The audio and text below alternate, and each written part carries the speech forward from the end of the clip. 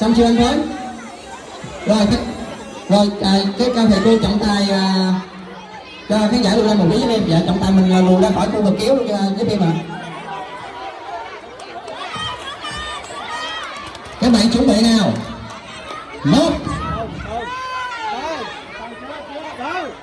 mới một thôi. Thả lỏng mới một thôi.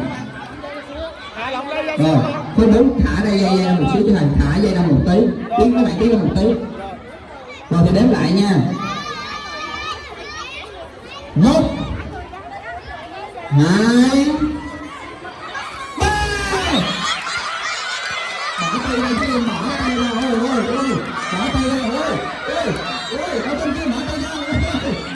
Trong tay Trong tay ơi.